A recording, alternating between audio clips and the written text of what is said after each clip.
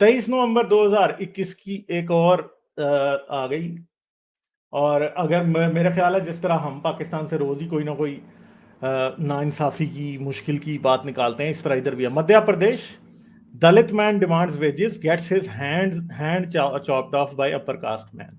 तो अब ये मुझे बताएं कि हाथ काट दिया है, सही है, हाथ काट दिया है। अब तो अब क्या करें फिर भी कहें कि दलितों के साथ बड़ा इंसाफ हो रहा है।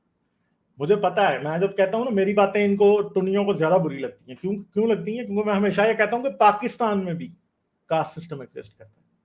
ठीक है, पाकिस्तान में भी करता है। आपको लगता है कि सिर्फ इंडिया में? नहीं नहीं, पाकिस्तान में भी करता है, क्योंकि ये एक ऐसी चीज है कि ये डाउन द जनरेशन जा चुकी है। जनरेशन खुद भूल चुकी हैं कि ये था क्या था, उनको याद ही नहीं है। ठीक है, अच्छा, याद नहीं है, भेजी थी मुझे गालिब भाई, send you news on Twitter where upper man chop hand off a Dalit for asking wages. तो ऐसा है बिल्कुल। अच्छा जी, तो फिर आगे क्या करें? विष्णु ने फिर आगे जी,